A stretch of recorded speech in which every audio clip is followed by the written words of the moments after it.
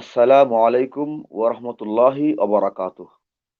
সুপ্রিয় দর্শক শ্রোতা ভাই ও বোন, দেশ ও প্রবাস থেকে দূর ও কাছে থেকে যারা আমাদেরকে দেখছেন, আমাদেরকে শুনছেন, আমাদেরকে দেখবেন, আমাদেরকে শুনবেন, সকলকে অগ্রিম শুভেচ্ছা জানিয়ে শুরু করছি আমাদের আজকের সোমবারের লাইভ অনুষ্ঠানের আলোচ্য বিষয় কি আপনারা স্ক্রিনে দেখতে পাচ্ছেন যে জেনারেল শিক্ষিতগণ কমিতে পরীক্ষা দিয়েছেন। যেহেতু বর্তমান সময়ে এই আলোচ্য বিষয়টি ট্রেন্ডিং এ আছে, আলোচনার তুঙ্গে আছে।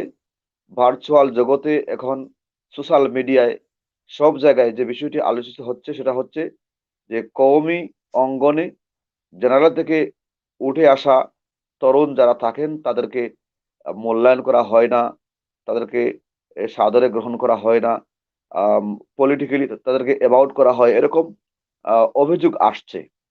সেই অভিযোগের ভিত্তিতে আমরা গতকালও এরকম একটি অনুষ্ঠান করেছিলাম। আজকে আমরা আম আজকের অনুষ্ঠানে আমাদের এই প্রোগ্রামে আমরা যুক্ত করতে পেরেছি আমাদের মৌলভীবাজার জেলার বড়লেখা ডিগ্রি কলেজের স্বনামধন্য অধ্যাপক মৌলানা আব্দুস সবুর সাহেবকে।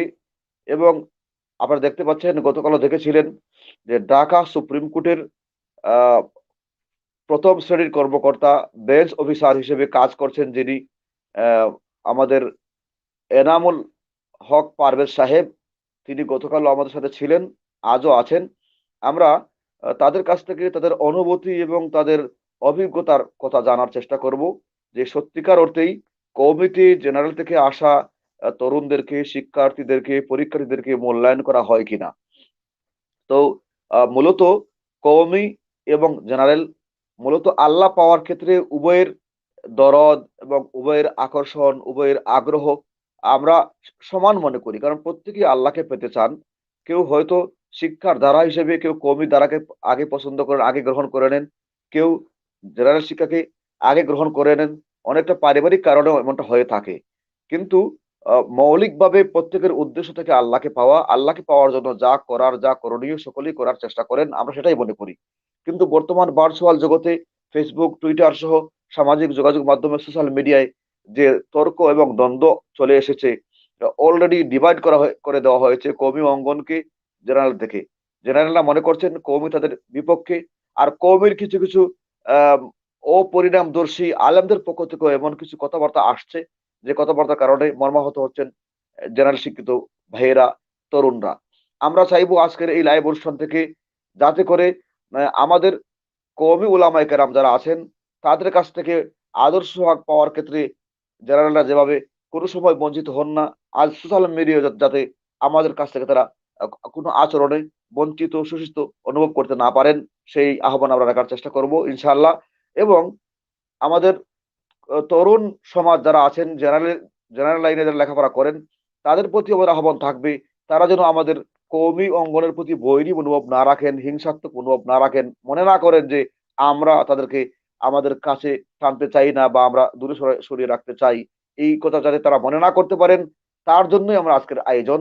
আপনারা বুঝতে পারবেন যে দুজন আমাদের সামনে সাথে যুক্ত হয়েছেন, তারা কিন্তু মূলত জেনারেল ছিলেন। তারা কওমিতে কিভাবে এসেছেন এবং কেন এসেছেন তার আদ্যোপান্ত আপনাদের সামনে তারা বলার চেষ্টা করবেন। তো প্রথমেই আমরা শুনতে চাইবো বড়লেখা ডিগ্রি কলেজের অধ্যাপক জনাব আব্দুস সবুর সাহেবের কাছ থেকে, যে তিনি তার জেনারেল অবস্থান বর্তমান, তার যে কলেজে আছেন এবং তার রাজনৈতিক অবস্থানটা কি আছে তিনি আগে বলবেন ইনশাআল্লাহ। এরপরে তিনি কেন কওমিতে আসলেন তা বলার চেষ্টা করবেন। তো অধ্যাপক সাহেব, আপনি শুরু করতে পারেন।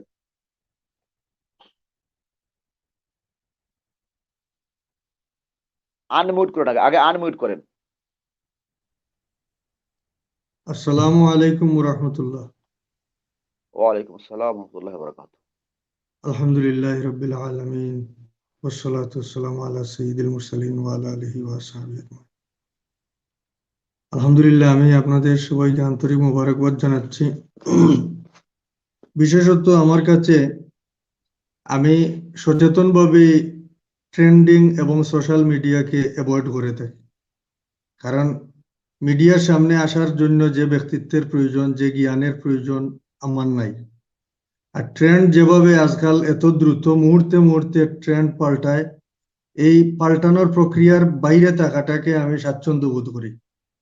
এরপরেও আজকে যেহেতু এসেছি, সংক্ষিপ্তভাবে কিছু অভিব্যক্তি বা আমার কথা আমি দুই একটা বলেই শেষ করব। প্রথম কথা হচ্ছে, আমার নাম মোহাম্মদ আব্দুস সবুর। আমি সহকারী অধ্যাপক, ইংরেজি, বড়লেখা সরকারি কলেজ।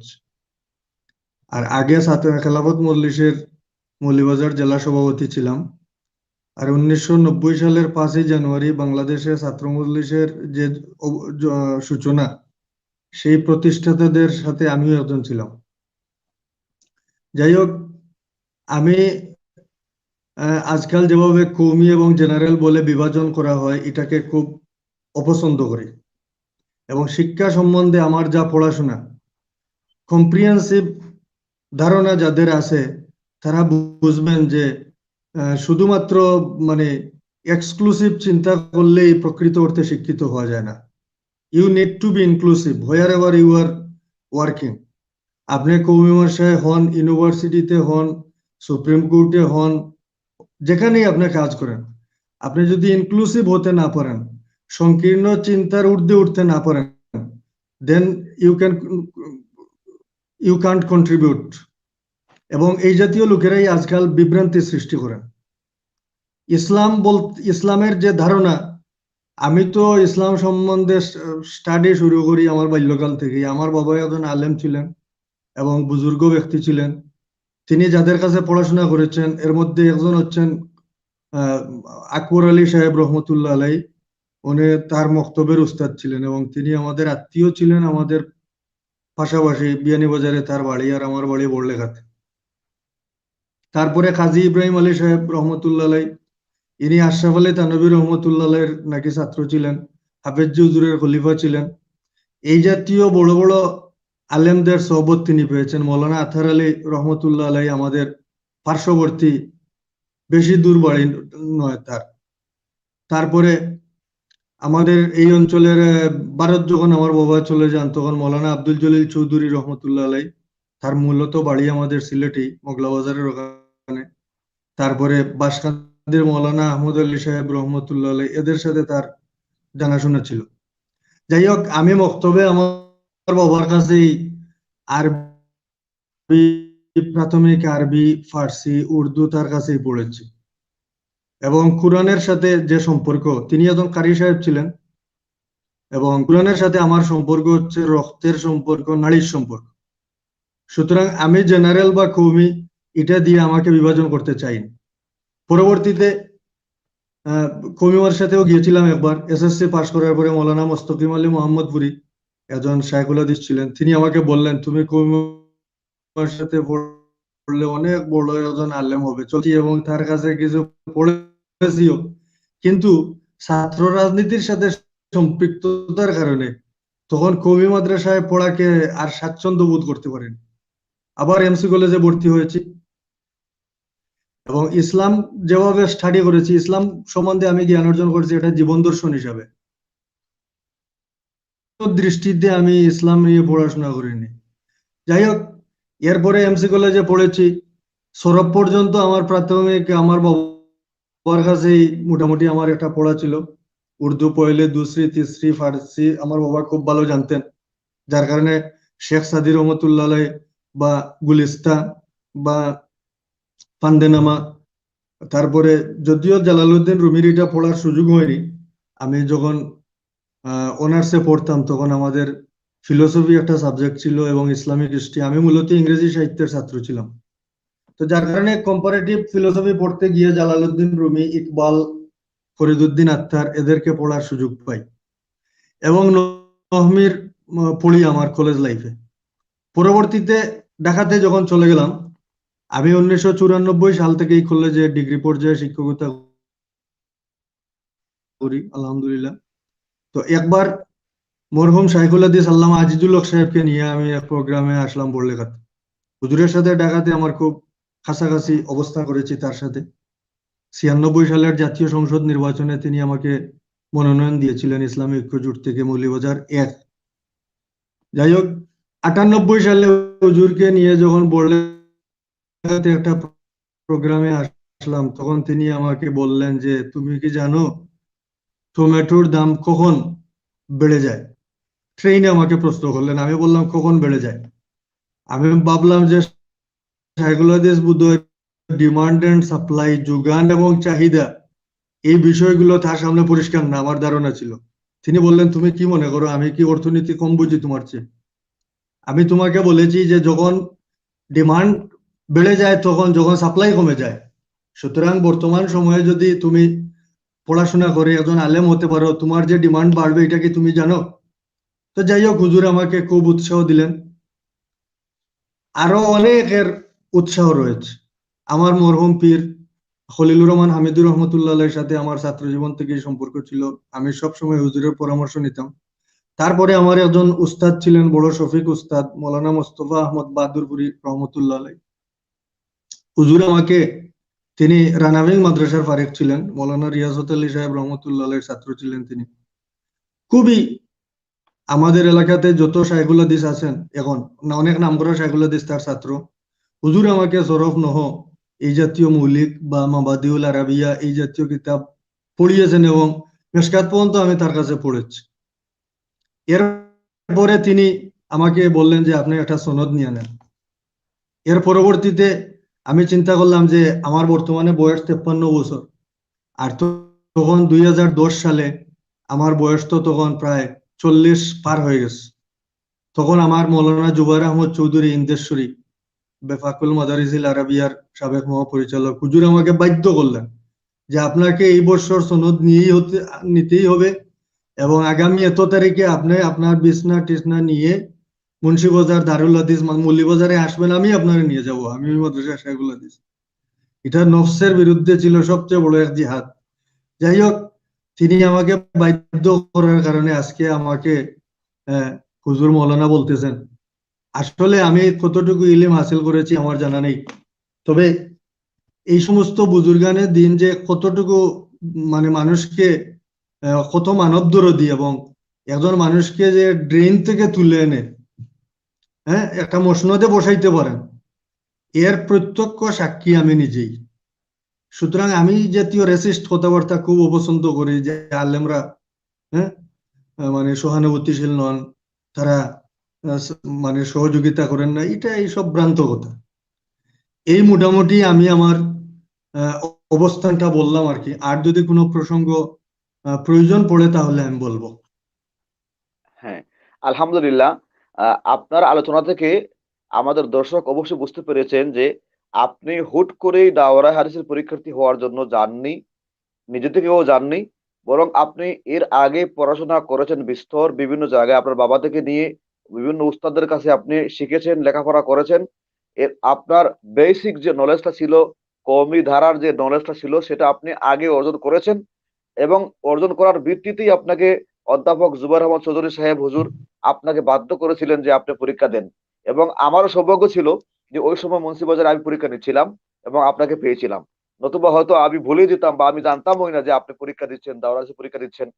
তো আপনি পরীক্ষা দেওয়ার পর আপনি জেনারেল থেকে উঠে আসা একজন মাওলানা, একজন আলেম।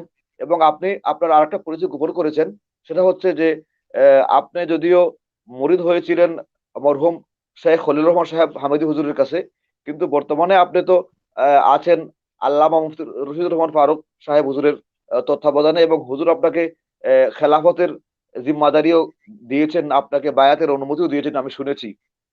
আপনি কিন্তু সে কথাটাই বলতে চাননি। আর সাধারণত যারা মুখলিস উলামায়ে কেরাম হয়ে থাকেন বা মুখলিস দায়ী হয়ে থাকেন, বা যারা মুর্শিদে কামেলের জি, সান্নিধ্য পেয়ে থাকেন, তারা নিজেটা নিজে বলেন না। কিন্তু আমি আমি একাধিক গোপন সূত্রে করিনি শুনেছি হুজুর, যে আমি আপনি তো খলিলুর রহমান আহমেদী রহমতুল্লাহ আলাইহি, আমি যদিও অযোগ্য, কিন্তু হুজুর আমাকে ইজাজত দিয়েছিলেন এবং আঞ্জুমান হেফাজতে ইসলামের কিছু দায়িত্ব দিয়েছিলেন। আর বর্তমান পীর সাহেবও আমার শ্রদ্ধেয়। আমার তো পীর সাহেব হুজুর নাই, তিনি তার স্থলাভিষিক্ত। আমি তাকেও আমার পীর বললেই মনে করি, এবং ও তিনিও আমাকে আচ্ছা, তাইলে অত্যন্ত আপনি স্নেহ করেন। আ- এবং আপনি আঞ্জুমান ইজাজত হেফাজতে পেয়েছেন। ইসলামের কিছু দায়িত্ব তো আমার উপরে আছে, আপনি জানেন। হ্যাঁ, তাহলে আপনি ইজাজত পেয়েছিলেন মরহুম খলিলুর রহমান শাহ হুজুরের কাছ থেকে। জি, খলিলুর রহমান হামিদুর আচ্ছা রহমতুল্লাহ আচ্ছা, আলাইহির কাছ থেকে। রহমতের কাছ থেকে। আচ্ছা, মাশাল্লাহ। তাহলে এখন আমি আপনার কাছে জানতে চাইবো যে আপনি বর্তমান সময়ে যে সকল জেনারেল শিক্ষিত ভাইয়েরা উলামায়ে কেরামকে প্রতিপক্ষ মনে করছেন, বা কোনো বক্তা বা তরুণ উদীয়মান বক্তার কোনো ভুল সংশোধন করে দেওয়াটাকে যারা মানে বরদাস্ত করতে পারছেন না, হিংসাত্মক মনোভাব নিয়ে উলামা কেরাম কথা বলছেন বলে তারা বেড়াচ্ছেন, তাদেরকে আপনি কি নসিহত করতে চাইবেন?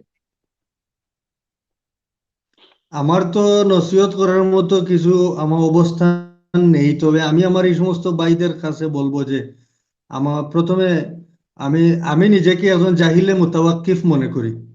ইমাম গাজ্জালী রহমতুল্লাহ আলাইহি যে মানে ইলিমের একেবারে মানুষকে চার শ্রেণীতে ভাগ করেছেন, কিছু লোক আছে তাদের যে ইলিম নাই এটাও তারা জানে না।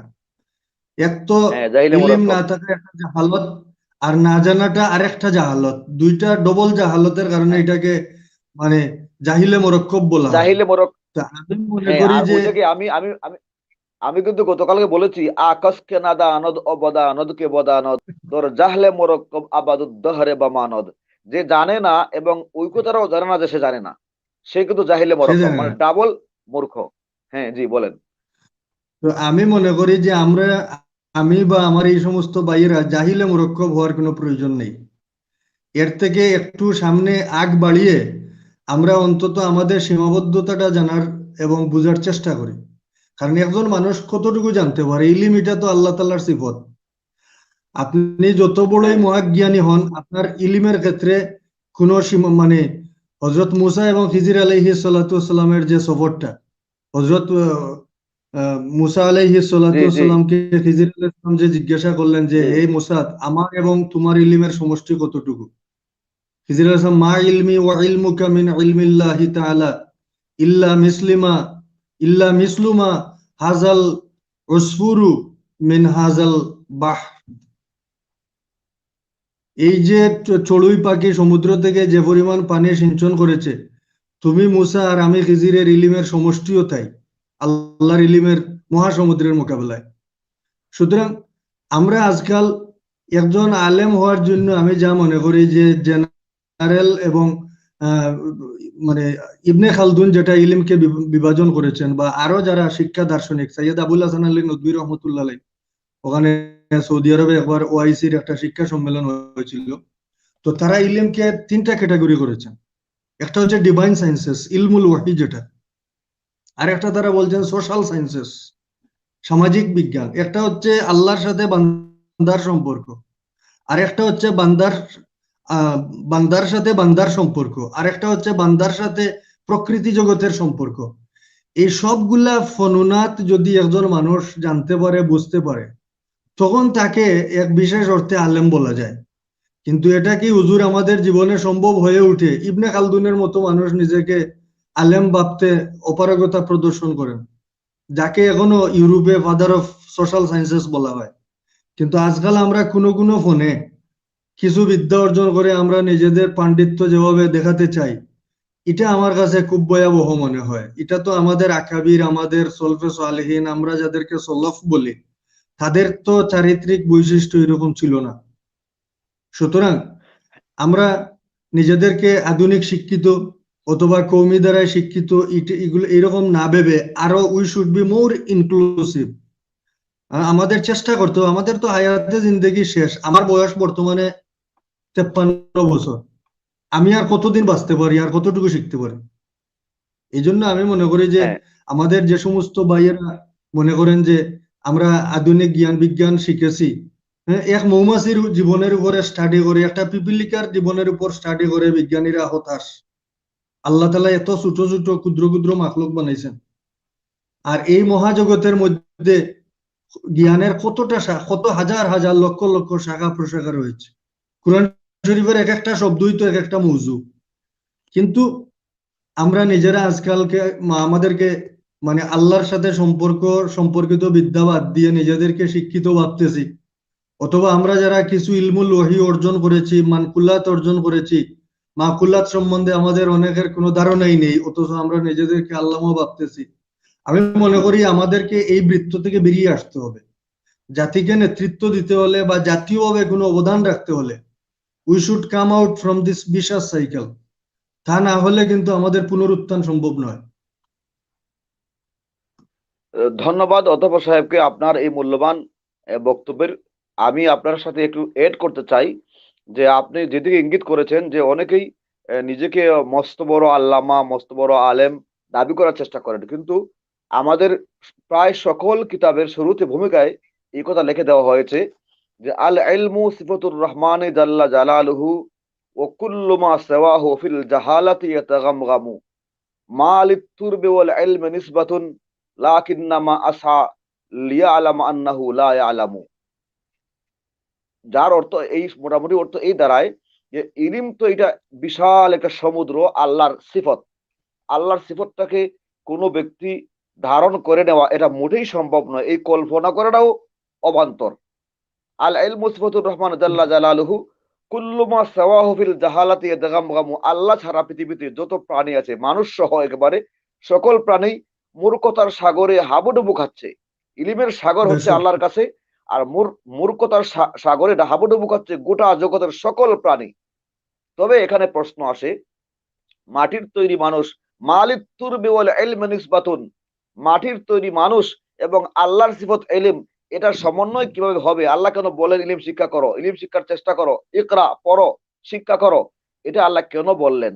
এবং আমরা কেন ইলিম শিখতে যাই? আমরা কেন বই পড়ি? আমরা কেন কিতাব পড়ি? আমরা কেন কোরআন পড়ি, হাদিস পড়ি? যদি এতই দূরত্ব থাকে, তার উত্তর দেওয়া হয়েছে লাকিন্নামা আসআ লিয়ালামা আন্নাহু লা ইয়ালামু। এই চেষ্টা একমাত্র উদ্দেশ্য হচ্ছে আমি যাতে আমার নিজের অজ্ঞতাকে আমি আবিষ্কার করতে পারি, আমি যে কিছু জানি না এই কথাটাকে আবিষ্কার করার জন্যই লেখাপড়া করা। প্রিন্সিপাল ইব্রাহিম খাঁ সাহেব তিনি বলেছিলেন, আমরা যতই জানি, আমরা ততই জানি যে আমরা কিছুই জানি না। এই নিজের অজ্ঞতা সম্পর্কে যদি কেউ জানতে পারে, তাহলে বেশক এর বেশক চাইতে বড় বিদ্যা আর কিছু হতে পারে না। আমি মনে করি আপনার যথার্থ বক্তব্য। এজন্য শুধু জেনারেল লাইনে যারা আছেন তারাও যেমন নিজেকে যথেষ্ট মনে করার কোনো কারণ নেই, যারা কওমি লাইনে আছেন তারাও নিজেদেরকে যথেষ্ট মনে করার কোনো কারণ নেই। বরং আমরা আহ, একে অপরের পরিপূরক যদি না হতে পারি, তাহলে সমাজ বিনির্মাণ সম্ভব হবে না, আমি মনে করি। এবারে আমি একটু আলোচনা করতে চাই বেশক বর্তমান আমাদের সুপ্রিম কোর্টের আহ, প্রথম শ্রেণীর কর্মকর্তা, বেঞ্চ অফিসার হিসেবে কাজ করছেন মাওলানা আহ, এনামুল হক পারভেজ সাহেব। তো আপনি গতকালও আপনাদের সাথে সময় দিয়েছেন, আপনাকে ধন্যবাদ। আজকে যুক্ত হয়েছেন, আপনাকে ধন্যবাদ। প্রথমেই আপনাকে বলতে চাইবো যে আপনার যে জেনারেল ব্যাকগ্রাউন্ডে আপনি কি কি অর্জন করেছেন আগে, সেইগুলি আগে বলবেন। আর এরপর আপনাকে প্রশ্ন করব, আপনাকে বলতে চাইবো যে আপনি কেন কওমিতে আসলেন, কেন পরীক্ষা দিবার জন্য অনুপ্রাণিত হলেন, কি কারণে, কোন টানে আপনি আসলেন, সে কথাটাও আপনি বলবেন। জি, শুরু করুন।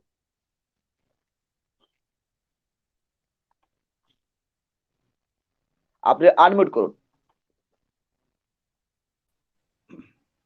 নাহমাদু ওয়া নুসাল্লি আলা রাসূলিহিল কারীম, আম্মা বা'দ। তো আমার নাম মোহাম্মদ এনামুল হক পারভেজ। আমি আছি বাংলাদেশ সুপ্রিম কোর্টে বেঞ্চ অফিসার হিসাবে। আমার এডুকেশনাল কোয়ালিফিকেশন হলো ইকোনমিক্সে অনার্স মাস্টার্স, এলএলবি, আল হায়াতুলিয়া লিল জামিয়াতুল কওমিয়া থেকে দাওরায়ে হাদিস পরে ইফতা। তো দুনিয়াবি এলমের পাশাপাশি, দুনিয়াবি শিক্ষার পাশাপাশি যে আমাকে আখেরাতের ইলম অর্জন করার জন্য, এদিকে উদ্বুদ্ধ করার জন্য, তো ব্যক্তিগতভাবে কেউ আমাকে উৎসাহিত করেনি, বরং ছোটবেলা থেকেই আমার একটা ইচ্ছে ছিল যে আমি মাদ্রাসার ভিতরে লেখাপড়া করব। অল্প কিছু করলেও কিন্তু পারিপার্শ্বিক অবস্থা বিভিন্ন কারণে পরিপূর্ণভাবে হয়ে ওঠেনি। তো এরপরে যখন পারিবারিকভাবে জেনারেল লেখাপড়া করতেছিলাম, এর ভিতরে আমি খুঁজতেছিলাম যে কিভাবে যে মাদ্রাসার ভিতরে যে লেখাপড়ার যে সিস্টেম আছে এ অনুযায়ী আগানো যায়। তো ছোটবেলা থেকেই ধার্মিক ছিলাম, নামাজ কালাম পড়তাম, দিনের খেদমত করতাম, দিনের কোনো প্রোগ্রাম হলে শরীক হইতাম, মানুষদেরকে যখন প্রাপ্তবয়স্ক হইলাম দিনের দাওয়াত দিতে শুরু করলাম, দিনের বিভিন্ন প্রোগ্রাম করতে লাগলাম। তো এর ভিতরে যিনি আমাকে এই যে ইলম শিক্ষার ক্ষেত্রে যে সহযোগিতা করছেন তিনি একজন মুফতি। তো তার সাথে আমার একটা দিনের কাজ করতে গিয়ে একটা বন্ধুত্ব হয়ে গেল। তো আমি তাকে বললাম, দেখেন তো আমার তো এই অবস্থা, যেহেতু আমার কর্মজীবন আছে, এর ভিতরে আমি কিভাবে এলমের লাইনে যে আমাদের যে নিজাম আছে, পদ্ধতি আছে কওমি মাদ্রাসা লাইনে, এটাকে আমি পরিপূর্ণ করতে পারি। তো উনি বললেন ঠিক আছে, আপনাকে আমি একটা রাহবারি করতেছি। উনি আমাকে নিজেই নিয়ে গিয়ে প্রথম অবস্থায় আমি নৈশকানিল একটা মাদ্রাসায় ভর্তি হলাম। সেখানে প্রায় কয়েক বছর লেখাপড়া করলাম। তো একজন আলেমের হাত ধরেই আমার এই পথে যাত্রা, এবং তিনি উৎসাহিত করে আমাকে এক জায়গায় নিয়ে গেলেন। তো সেখানে যখন আমি গেলাম, তারা সাদরে আমাকে গ্রহণ করলেন, আমাকে ভর্তি করলেন। তো এরপরে যখন সেখানে কয়েক বছর লেখাপড়া করলাম, এরপরে গিয়ে আবার অন্য জায়গার ভিতরে অন্য একটি মাদ্রাসা, যেটা গতকালকেও বলেছি, মুগদা মান্ডায়, সেখানে ভর্তি হলাম। সেখানে ওস্তাদদের তত্ত্বাবধানে, যেহেতু আমি দিনের বেলা অধিকাংশ সময় দিতে পারি না, তো ওটা আমি রাতের বেলা কভার করার চেষ্টা করতাম। তো সেখানে আলহামদুলিল্লাহ মানে প্রথম অবস্থায় থাকতাম, যারা আমাদের সাথে ভর্তি হয়েছে, তো তাদের সাথে হ্যাঁ 1 2 এইভাবে অবস্থায় থাকতাম। তো সবাই এই অবস্থা দেখে খুশি, এবং আমার পরিশ্রম, অধ্যবসায়, আন্তরিকতা দেখে খুশি। তো এভাবে ওইখানেও প্রায় 4 5 বছর বা 3 4 বছর এরকম, 4 5 বছরই হবে চলে গেছে। এরপরে আমি মুগদা মান্ডার ভিতরে বাহারুল উলুম নামে একটা মাদ্রাসা আছে, বড় মাদ্রাসা। তো সেখানে আমি মিশকাতে ভর্তি হলাম। তো মিশকাতের পরে পরের বছর আবার দাওরায় ভর্তি হলাম। বোর্ডে পরীক্ষা দেওয়ার যে রেজিস্ট্রেশন করলাম, পরে বোর্ড পরীক্ষা দিলাম, এবং পরীক্ষায় আমি আলহামদুলিল্লাহ উত্তীর্ণ হলাম। আমার রেজাল্ট ছিল জায়েদ।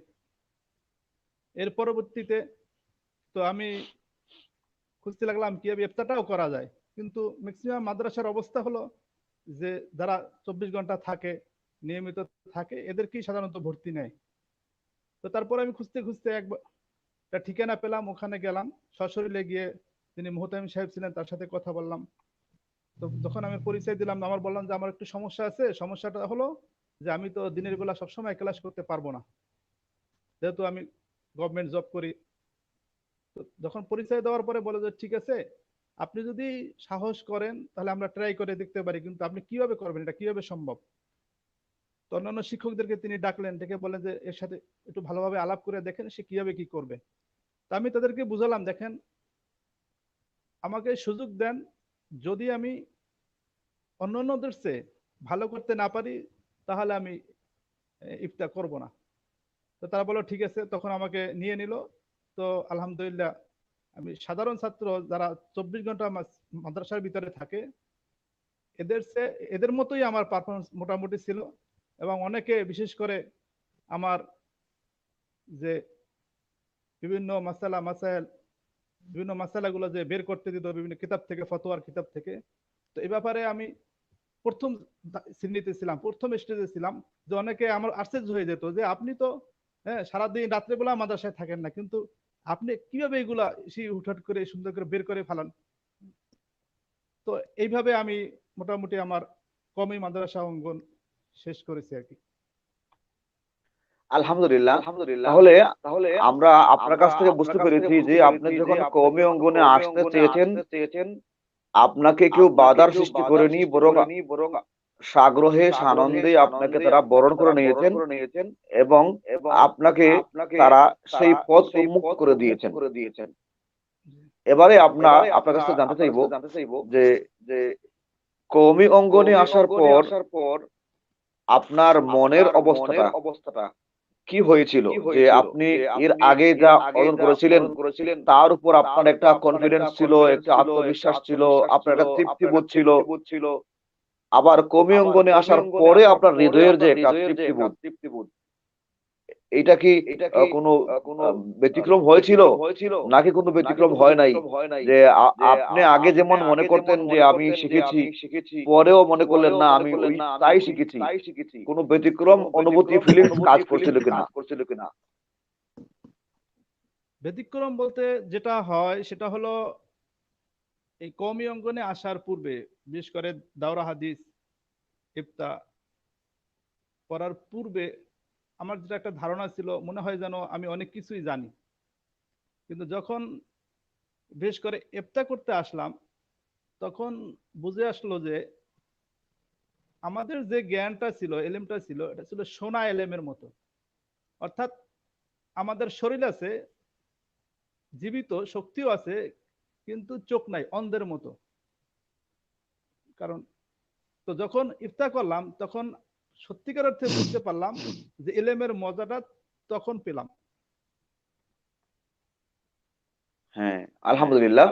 তো এখন আমি বলতে চাইবো, যেহেতু আপনারা উভয়েই কিন্তু জেনারেল থেকে এসেছেন, আবার এলিম অর্জন করেছেন, কওমিতে পরীক্ষা দিয়েছেন। যারা বলে যে কওমিতে এসে পরীক্ষা দেওয়া যায় না, তারা পলিটিক্যালি অ্যাভয়েড করে থাকেন, এই কথাটা একেবারে আপনাদের শ্বশুরের উপস্থিতির মাধ্যমে এটা যে সত্য নয়, বাস্তব নয়, এটা প্রমাণিত হয়ে গেল। এখন আমাদের দর্শকদের উদ্দেশ্যে আপনি কি বলতে চাইবেন, যারা জেনারেল এবং তরুণ, যারা বলতে চায় যে কওমি উলামায়ে কেরাম জেনারেল থেকে আসা লোকদেরকে বরণ করতে চান না, গ্রহণ করতে চান না, তারা হিংসাত্মক মনোভাব নিয়ে এটা করেন। অথচ আমরা গতকালও আলোচনা করেছি যে দাওয়াতি এই যে প্ল্যাটফর্মটা গোটা বিশ্বে 7.5 কোটি মানুষ, সবগুলি মানুষকে দ্বীনের দাওয়াতের আওতায় নিয়ে আসার জন্য বাংলাদেশের 100 আলেম, পাকিস্তানের 100 আলেম, ইন্দোনেশিয়ার 100 আলেম, মালয়েশিয়ার 100 আলেম, সৌদি আরবের 100 আলেম, এভাবে 500 আলেম বা 1000 আলেম তো যথেষ্ট নয়, বরং অসংখ্য অগণিত দায়ীর প্রয়োজন, যারা গোটা বিশ্বের সকল মানব সমাজকে দাওয়াতের আওতায় নিয়ে আসবে, কভারেজ করবে। এই কারণে সত্যিকার অর্থে কওমি উলামায়ে কেরামের হৃদয়ে একটা তপ্ত আহ্বান থাকে যে যে কোনো জায়গা থেকে উঠে আসুক, স্কুল থেকে হোক, কলেজ থেকে হোক, ভার্সিটি থেকে হোক, আমাদের পৃষ্ঠপোষকতা করার জন্য, আমাদেরকে সহযোগিতা করার জন্য, দাওয়াতি কার্যক্রমটাকে ছড়িয়ে দেওয়ার জন্য আমরা সব লাইন থেকে লোক নিতে চাই। এবং এই টার্গেটেই কিন্তু দাওয়াতে তাবলীগের মেহনত দেওবন্দি উলামায়ে কেরাম তৈরি করেছেন। আল্লাহ হযরত ইলিয়াস সাহেব রাহমাতুল্লাহ আলাইহি দাওয়াতি কার্যক্রমটাকে তিনি এমন ভাবে ব্যাপ্তি দেওয়ার জন্য তিনি দাওয়াতি কার্যক্রম শুরু করেছেন, যাতে সকল পেশা ও শ্রেণীর মানুষ দাওয়াতি কার্যক্রমে সম্পৃক্ত হতে পারেন। কওমিরা, দেওবন্দিরা যদি এতটা সংকীর্ণ মনা হতেন যে শুধু আমরাই দাওয়াতি কার্যক্রম করব, তাহলে তারা এই দাওয়াতি প্ল্যাটফর্ম, দাওয়াত তাবলীগের মেহনত তারা আবিষ্কার করতেন না। আজ যারা বলছেন যে অমুক ভাইকে দাওয়াতি কাজ থেকে সরিয়ে দেওয়ার জন্য কওমি আলেমরা উঠে পড়ে লেগেছে, আমরা প্রশ্ন করতে চাই যে অমুক ভাই আর তমুক ভাই উনি কি আমাদের মসনদ দখল করে নিয়েছেন, আমাদের ওয়াজের ফিল্ডটা দখল করে নিয়েছেন, যে উনি যেখানে চলে আসবে আমরা ওখানে আর যাইতে পারবো না, আমরা আর বয়ান করতে পারবো না, এরকম বিষয়? ভাইরে, বিষয়টা তো এরকম না। তিনি আমাদের কিছুই দখল করে নিচ্ছেন না, আমাদের কিছুই কমবে না। তিনি যদি এই লাইনে আসেন, তিনি যদি পারফেক্ট হন।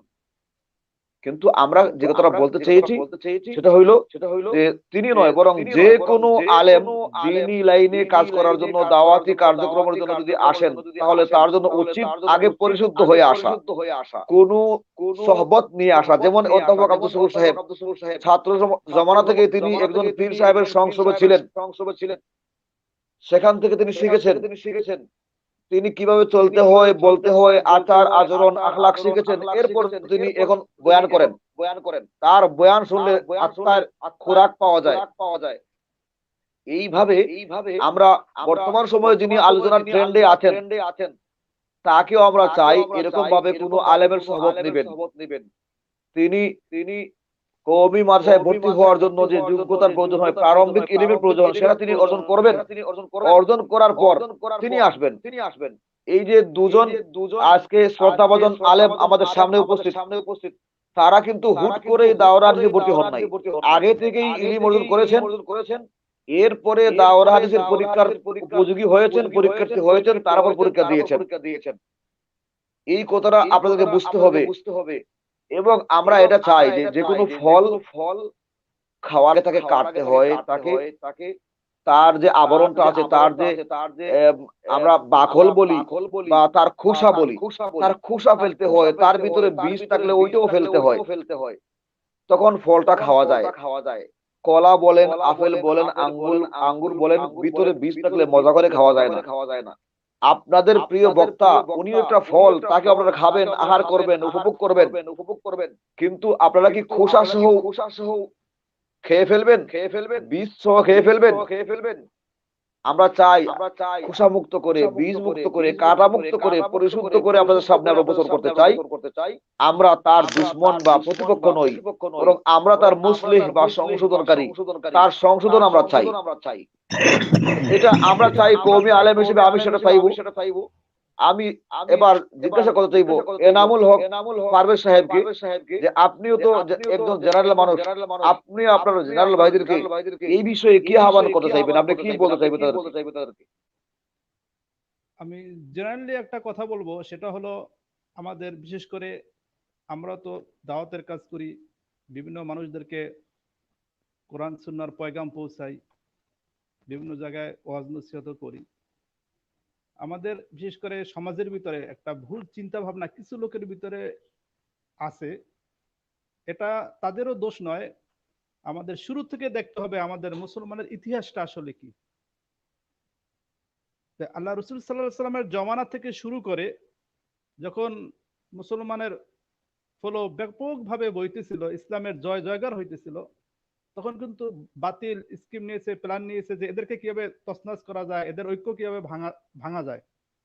তো এরপর থেকে তারা বিভিন্ন বিভ্রান্তি ছড়াইয়ে দিয়েছে। সেরকমের আমাদের ভিতরেও কিছু বিভ্রান্তি বর্তমানেও আছে। সেটা হলো অনেকে মনে করে থাকেন যে ওলামায়ে কেরাম যারা আছেন এরা তো প্রকৃতপক্ষে আসলে দাওয়াতের কাজ করেন না। আমি বলবো যে এটা একটা সম্পূর্ণ ভুল চিন্তা, সম্পূর্ণ একটা ভুল ধারণা। হ্যাঁ, এটা তাদেরকে ঢুকানো হয়েছে মাথার ভিতরে। কিন্তু প্রকৃতপক্ষে যদি দেখা যায় দেখবো যে মূল যে দাওয়াতের কাজটা, নবীওয়ালা মেহনত, দাওয়াতের মেহনত, এই কাজটার দায়িত্ব ওলামায়ে কেরামই আদায় করতেছেন।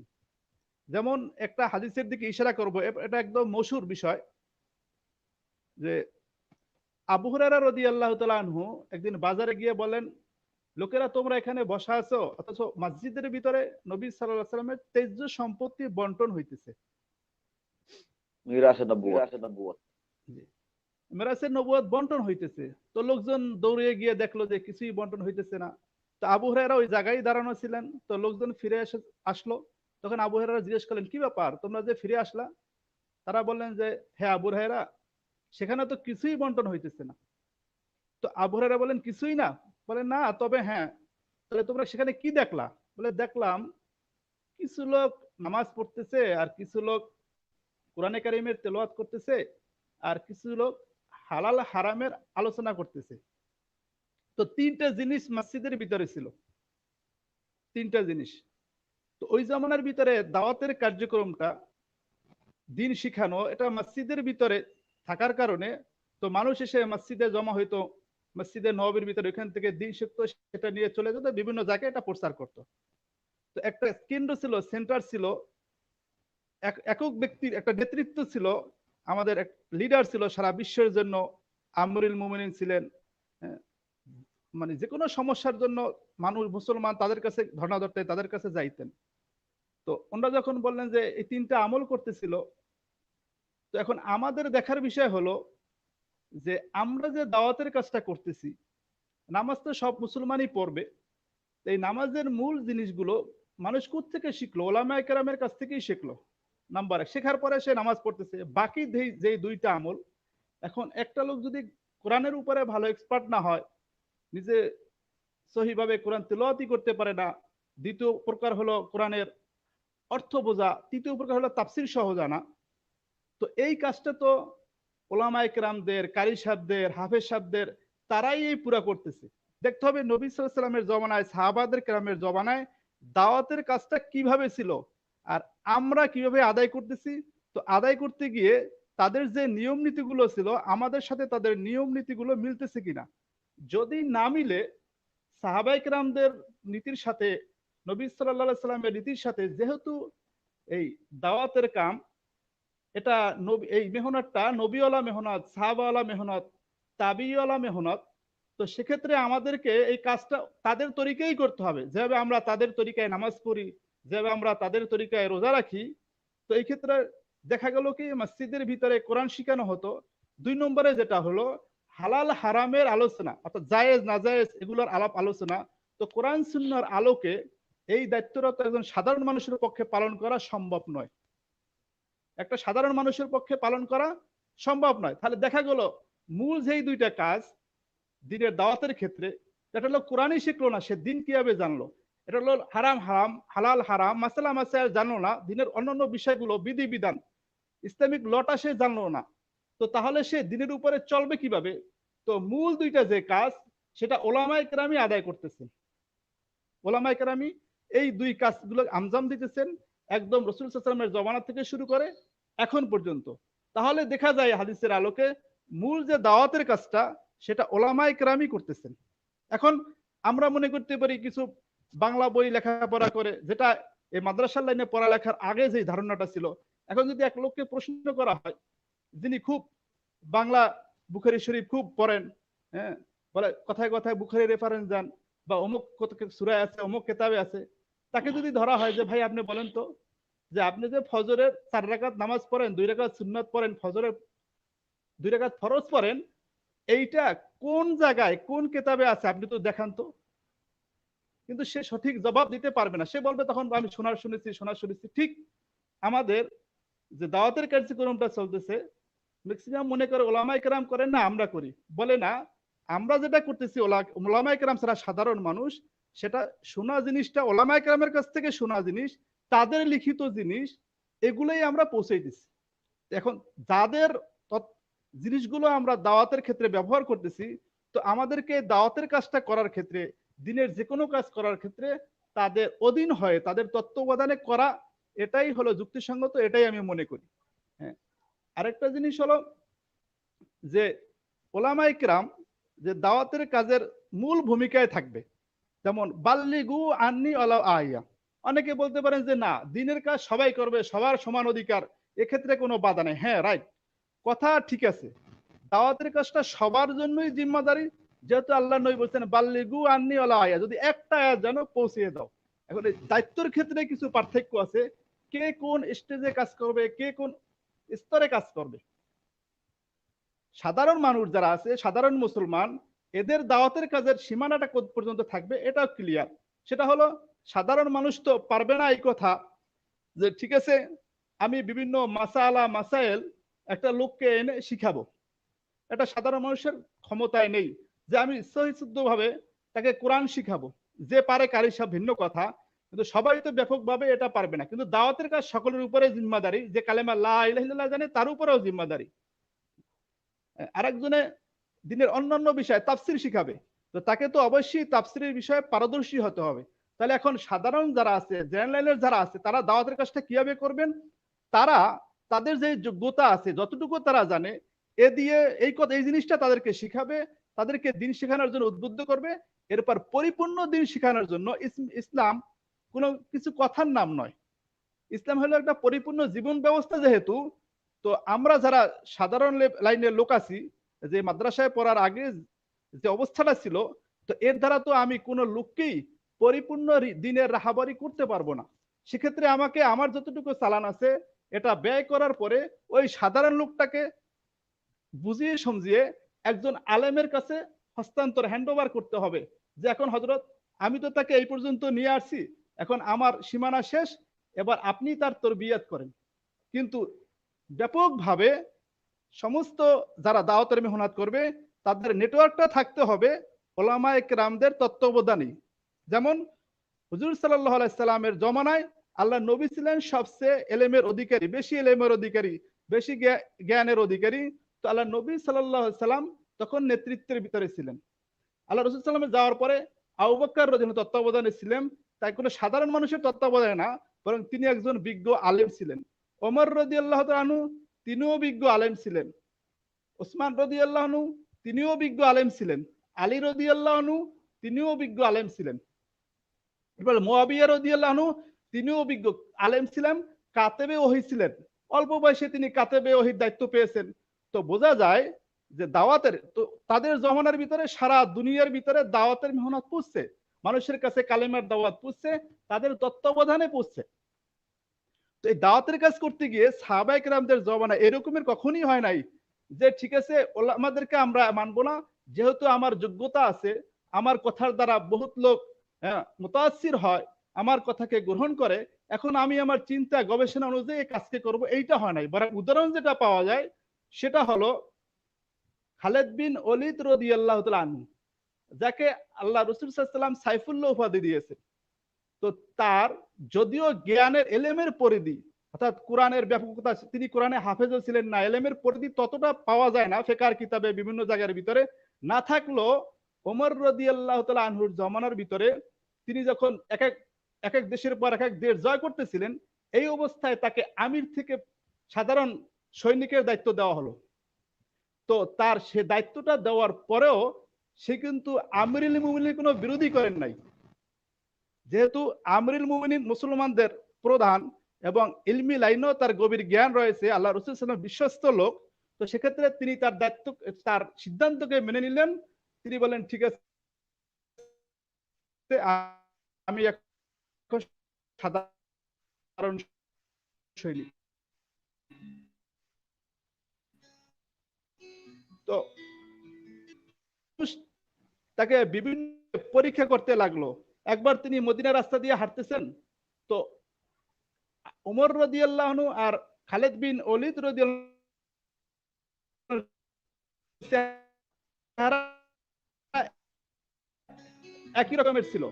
খালিদ বিন ওলীদ রাদিয়াল্লাহু শিখতেছেন, তো যাইতেছিলেন ওমর রাদিয়াল্লাহু তাআলা। এগুলো আমাদের শিখার দরকার। এগুলো হলো দাওয়াতের কাবের উসুল, এগুলো হলো দিনের খেদমত করার উসুল। যে যদি এগুলো আমাদের সামনে না থাকে, অর্থাৎ দাওয়াতের মেহনত যেহেতু নবীওয়ালা মেহনত, কোরআন সুন্নাহ যদি আমাদের সাথে সামনে না থাকে, তাহলে আমাদের পদচ্যুত হওয়ার সম্ভাবনা আছে।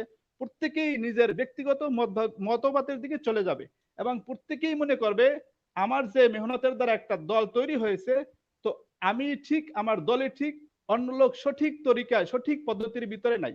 তখন মুসলমানের ভিতরে ব্যাপকভাবে যে দাওয়াতের মেহনতের দ্বারা ইস্তেমাইয়াত কায়েম হওয়ার কথা ছিল, এটার পরিবর্তে বরং মুসলমানের ভিতরে আরো ভাঙ্গন সৃষ্টি হবে, যেটা বর্তমান জমানায় দেখা যাচ্ছে। যত লোকই দিনের খেদমতের জন্য তৈরি হচ্ছে, দাওয়াতের কাজের জন্য তৈরি হচ্ছে, তারা মনে করতেছে এইভাবে করলে মনে হয় দিনের প্রসার হবে, ততই মুসলমানের ভিতরে ভাঙ্গন সৃষ্টি হইতেছে। অথচ আল্লাহ তাআলা বলেছেন ওয়াতাসিমু বিহাবলিল্লাহি জামিয়া, তোমরা আল্লাহ পাকের রজ্জু অর্থাৎ দ্বীনকে মজবুত ভাবে ধরে রাখো, তোমরা বিচ্ছিন্ন হয়ো না। তো আমরা আল্লাহ পাকের দ্বীন প্রতিষ্ঠিত করতে গিয়ে শয়তানের ধোঁকাই হোক আর যেভাবেই হোক, বাতিলের কঠিন কুচক্রি নকশার ভিতরে পরেই হোক, আমরা কিন্তু মুসলমান দ্বীনের খেদমত করতে গিয়ে দ্বীনের খেদমতের নামে বিচ্ছিন্ন হয়ে যাচ্ছে, আমাদের ভিতরে ফাটল সৃষ্টি করা হচ্ছে।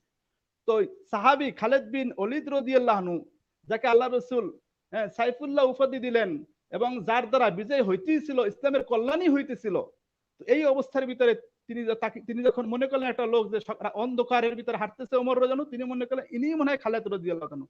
বলেন যে হে খালিদ, তোমাকে যে আমিরুল মুমিনিন আমিরত্ব থেকে বরখাস্ত করলেন, তুমি এটাকে কিছুই মনে করতেছো না? তো ওমর রাদিয়াল্লাহু তাআলা আনহু তার কণ্ঠকে পরিবর্তন করলেন। তো খালিদ রাদিয়াল্লাহু আনহু সুরে বললেন, আচ্ছা বলো তাহলে এখন কি করা যায়, কি করতে পারি? উনি পরীক্ষা করে দেখলেন যে মানুষ কি তার বিদ্রোহী হইতেছে না কি হচ্ছে। তো তো ওই সাহাবী পরে জবাব দিলেন যে কি আর করবা, আমিরুল মুমিনিন সিদ্ধান্ত দিয়েছেন সেটাই মেনে নেওয়া উচিত। তো দেখেন সাহাবীদের ভিতরে কি ইস্তেদাদ ছিল, যখন তাদের কোনো সিনিয়র দিনের লাইনে বিজ্ঞ কোনো কথা বলতেন, তারা সেটাকে, যদিও তাদের মনে হয় দিনেরই ক্ষতি হইতেছে, যে খালিদ রাদিয়াল্লাহু আনহু দেশের পর দেশ জয় করতেছিলেন, সেখান থেকে তাকে টেনে নিয়ে আসা হলো, তো এর দ্বারা তো স্বাভাবিকভাবে দেখা যাচ্ছে যে দিনের উন্নতি, মানুষ যে হেদায়েত পাবে, এটার কাজ তো কিছুক্ষণের জন্য, কিছু সাময়িকভাবে স্থগিত হয়ে যাচ্ছে। কিন্তু তারা সেটাকে মনে করলেন না, বরং তারা গুরুত্ব দিলেন মুসলমানের ইস্তেমাইয়াতের উপরে, মুসলমানের সবাই ঐক্যবদ্ধভাবে থাকবে, এটার উপরে তারা গুরুত্ব দিলেন। কিন্তু বর্তমানে আমাদের যতই দিনের মেহনত দেখতেছি বাড়তেছে, মুসলমানের ভিতরে ফাটল সৃষ্টি হইতেছে। আর আমাদের ধন্যবাদ প্রত্যেকটা মৌলানা, জিনিস, ধন্যবাদ মৌলানা। জি জি, জি আপনি বলেন, শেষ করেন। জি বলেন, জি, এজন্য আমাদেরকে দাওয়াতের মেহনত হোক আর দিনের যে কোনো খেদমতি হোক, আমাদের দুইটা জিনিসের উপরে খেয়াল রাখা উচিত। আমরা বিভিন্ন জায়গায় দেখি, ইসলামী প্রোগ্রাম হোক, বিভিন্ন জায়গায় দেখি প্রত্যেকে তার ব্যক্তিগত মতবাদ নিয়ে ব্যস্ত, যে হ্যাঁ তো মতবাদ নিয়ে ব্যস্ত, যে হ্যাঁ আমি যেই পদ্ধতির মাধ্যমে দাওয়াতের মেহনত যে ক্ষেত্রে যে প্রসিডিউর অবলম্বন করতেছি, এটা যদি অ্যাপ্লাই করা যায় তাহলে ইসলাম সারা দুনিয়ার ভিতরে জিন্দা হবে। কিন্তু কেউ এই কথা চিন্তা করতেছে না, খুব কম লোকে, যে আমরা যদি আল্লাহ রসুল সাল্লাল্লাহু আলাইহি ওয়াসাল্লামের পদ্ধতি অনুযায়ী দাওয়াতের কাজটা করি, এর ভিতরে নুরানিয়াত আসবে এবং সমস্ত মুসলমানের ভিতরে ইস্তেমাইয়াত আসবে। এজন্য আমাদের উচিত হলো, যারা আমরা সকলেই দাওয়াতের কাজ করব, দিনের কাজ করব, দিনের মেহনত করব, কিন্তু দিনের লাইনে যারা বিজ্ঞ আছেন, অভিজ্ঞ আছেন, এদের তত্ত্বাবধানে থেকে সম্মিলিতভাবে মুসলমানকে কিভাবে এর দ্বারা দিনের কাজ মেহনত একটু কম হোক, কিন্তু মুসলমানের ইস্তেমায়িত্ব এই সময় আমাদের জন্য বহুত জরুরি। এই জিনিসটা আমাদের চিন্তা ফিকির করতে হবে। সব জিনিসের ভিতরেই দেখা যায় একটা ল আছে। পৃথিবীর ভিতরে যদি আপনি দেখেন যে ইন্টারন্যাশনাল ল আছে, ন্যাশনাল ল আছে, ইসলামিক ল আছে।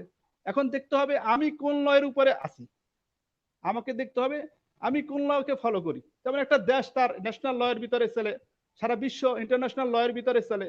যদি কোনো মুসলিম কান্ট্রি থেকে থাকে ইসলামিক শাসন, সে ইসলামিক ল এর মাধ্যমে চলবে। এখন আমার দাওয়াতের ক্ষেত্রে আমি দাওয়াতের মেহনত করতেছি, মানুষ আমার কথা শুনতেছে, তো এই ক্ষেত্রে আমার সীমানাটাও দেখতে হবে যে আমি কোন কোন কথাগুলা বলতে পারবো আর কোন কোন কথা বলতে পারবো না। দুনিয়াবি লাইনে যদি দেখি, আমাদের কোর্ট কাছারিতে দেখা যায়, সেটা হলো যে একজন নতুন অনেক সময় অ্যাডভোকেট যারা হয়, ব্যারিস্টারি করে আসে, এদের চেয়ে একজন তাদের সাথে যে একজন ক্লার্ক থাকে, তাদের বিভিন্ন কাজকর্মের বিষয়ে অভিজ্ঞতা অনেক বেশি থাকে, অনেক অভিজ্ঞতা। অনেক সময় দেখা যায় যে ব্যারিস্টারদেরকে বলে যায়, স্যার আপনি এইভাবে করেন, এইভাবে করেন, এইভাবে করেন, এইভাবে করেন, হ্যাঁ, তাদেরকে শিখায়, তো তারাও তার কথাটাকে গ্রহণ করে। কিন্তু তাই বলে একজন ক্লার্ক কখনো একজন অ্যাডভোকেটের সমান হতে পারবে না, একজন ব্যারিস্টারের সমান হতে পারবে না। একজন ব্যারিস্টার বা অ্যাডভোকেট যে কাজটা করতে পারবে, যে জায়গায় যেতে পারবে, একজন ক্লার্কের সে জায়গায় ঢোকারই ক্ষমতা নাই। যেমন এখন এখন একটা মামলা কোর্টে উঠছে, এখন ক্লার্ক যতই আইন বিষয়ে অভিজ্ঞ হোক না কেন, তার কিন্তু কোর্টের ভিতরে ঢোকার এখতিয়ার নাই, ওই মামলাকে মুভ করার এখতিয়ার নাই। ওই মামলা মুভ কে করবে? অ্যাডভোকেট করবে, ব্যারিস্টার সাহেব মামলাকে মুভ করবে। এটা দুনিয়ার একটা নিয়ম। যেমন রাস্তার ডাক্তারকে কেউই দেখায় না, তার যদি আপনজন অসুস্থ হয় রাস্তার ডাক্তারকে দেখায় না, বরং এমবিবিএস ডাক্তারের কাছে যায়। কিন্তু দুঃখের বিষয় হলো, আমাদের দিনের ক্ষেত্রে গিয়ে আমরা মনে করি এ তো দিনের কথাই বলতেছে, ভালো কথাই বলতেছে, তো এতে সমস্যাটা কি?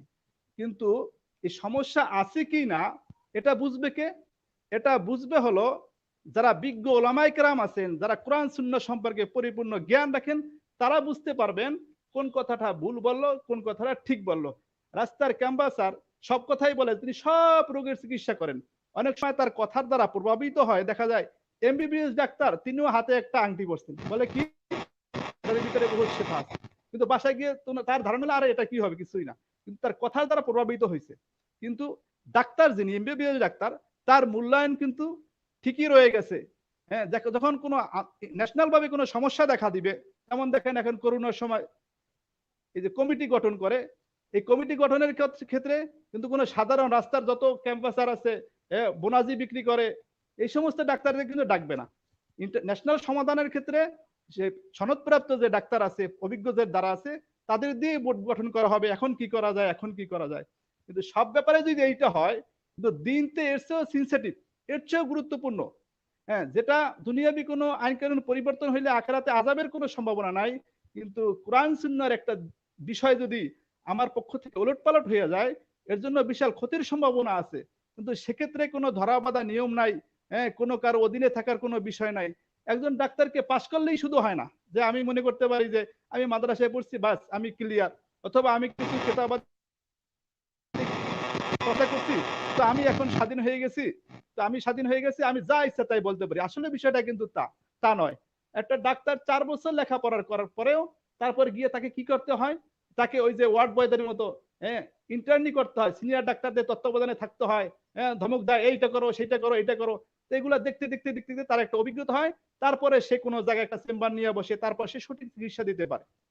তো আমাদেরও ঠিক যাদের অভিজ্ঞতা নাই দিনের ব্যাপারে, যারা কোনো অভিজ্ঞ লোকের সাথে না থেকে যারা দিনের মেহনত করতে যাবে, তারা অনেক ধারণাই এমন আসবে যেটা এর বিপরীত হবে। যেমন আমার জীবনে একটা উদাহরণ দিয়ে বলি, আমি কিছুদিন একটা বিষয় চিন্তা ভাবনা করতে লাগলাম, যে যেহেতু আমরা মুসলমান, আমাদের মুক্তি, আল্লাহ রসুল বলছেন তারাকতু ফিকুম আমরাইনি লাং তাদিল্লু মা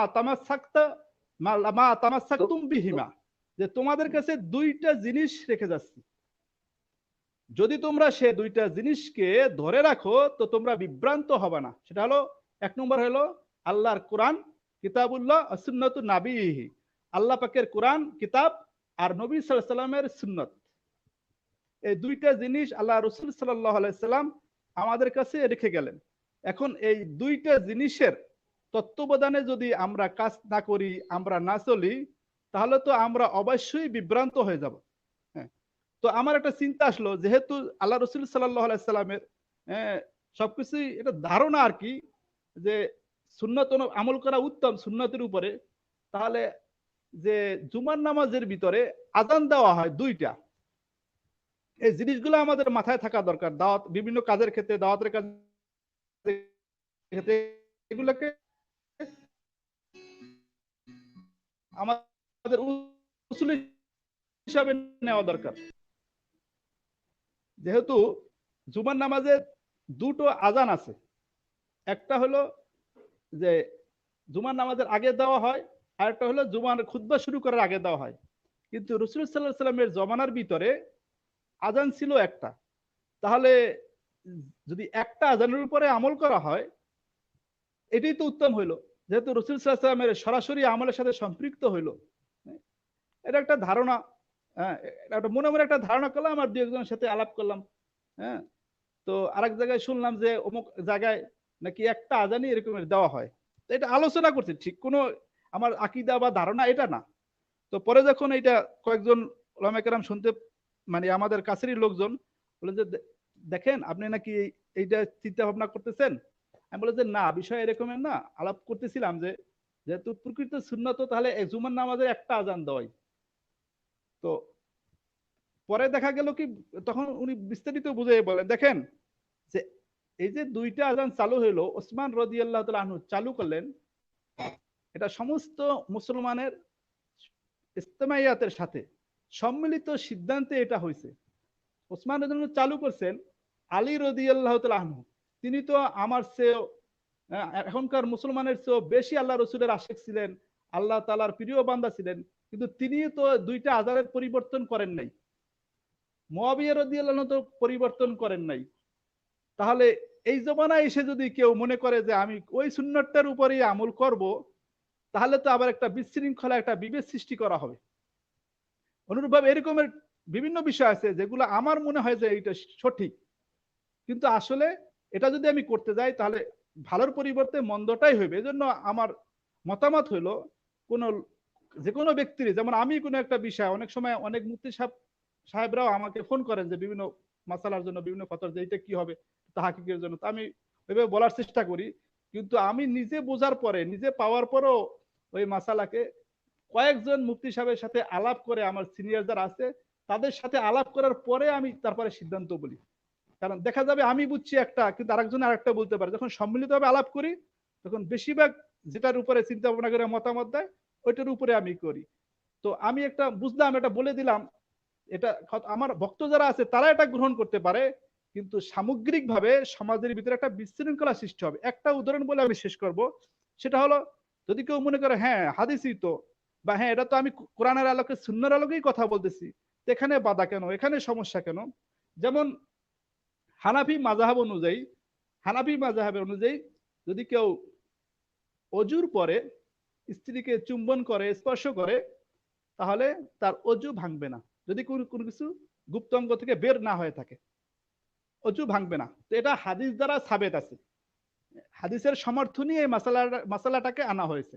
আল্লাহ রসুল সাল্লাল্লাহু আলাইহি সাল্লাম নামাজে যাবেন, এর আগে স্ত্রীকে চুম্বন করেছেন। এর ভিতরে বলছে হানাফি মাযহাবের উলামায়ে কেরাম যে না, অজু ভাঙবে না। কিন্তু শাফি মাযহাবে হলো যে স্ত্রীকে চুম্বন করলে অজু ভেঙে যাবে, তাদেরও আবার দলিল আছে। তো অন্য জায়গায় গিয়ে হানাফি মাযহাবের বিধান হলো, শরীর থেকে যদি ক্ষতস্থান থেকে বা শরীরে কোনো আঘাতের কারণে রক্ত বের হয়, আর সে রক্তটা ক্ষতস্থান অতিক্রম করে গড়িয়ে পড়ে, তাহলে অজু ভেঙে যাবে। এটা হলো হানাফি মাযহাবের নিয়ম। শাফি মাযহাবের নিয়ম হলো কি, অজু ভাঙবে না। এখন আপনি যদি মনে করেন না আমি তো হাদিসের উপরেই আমল করব, ঠিক আছে, আমি সবাইকে নিয়েই চলবো, দোনো মাযহাবের উপরে আমল করব, যে আমি ওই নামাজে আসার আগে অজু করার পর স্ত্রীকেও চুম্বন করলাম এদিকে কোনো কারণে নামাজ শুরু হওয়ার আগে আমার শরীর থেকে রক্ত বের হইতেছে। এখন বলেন ফতোয়া কি আসবে, মাসালা কি আসবে? দুই ইমামের মত অনুযায়ী, দুই মাযহাবের উলামায়ে কেরামের সিদ্ধান্ত এইটা হবে, দোনো মাযহাবের উলামায়ে কেরাম বলবে যে আপনার ওযু ভেঙে গেছে, আপনার নামাজ হয়নি। অথচ সে কিন্তু দোনো মাযহাবের উপরেই আমল করছে, হাদিসের উপরেই আমল করছে, কিন্তু সে বিজ্ঞ লোকের সিদ্ধান্ত গ্রহণ না করার কারণে, যারা এ ব্যাপারে অভিজ্ঞ, দীর্ঘদিন মেহনত করেছে, তাদের সিদ্ধান্ত না নেওয়ার কারণে কি হলো, সে মাযহাবের উপরে আমল করা সত্ত্বেও, হাদিসের উপরে আমল করা সত্ত্বেও মাযহাবের লোকই তাকে সিদ্ধান্ত দিবে যে আপনার নামাজ হয় নাই, আপনার ওযু ভেঙে গেছে, দোনো মাযহাব। তাহলে সে দোনো মাযহাব অনুযায়ী সে কি অন্যায়কারী হলো, সে একটা ভুল বিষয়ের উপরে আমলকারী হলো।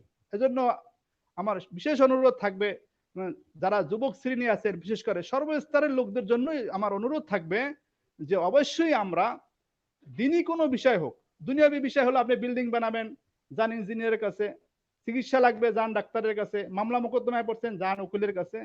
ঠিক দিনের ব্যাপারে যারা বিজ্ঞ, যাদের পুরা জীবন যৌবন সবকিছু এই দিনের খেদমতে দীর্ঘ বছর যারা ব্যয় করতেছেন, এ ব্যাপারে যারা অভিজ্ঞ আছে, এদের কাছ থেকেই উচিত হলো দিনের কোনো সমাধান, দিনের কোনো বিষয়কে জাস্টিফাই করে নেওয়া। প্রাথমিক অবস্থাগুলো যে জানে তার কাছ থেকে জানা যায়, কিন্তু জাস্টিফাই করে নেওয়া এটা আমাদের একটা ইমানি দায়িত্ব।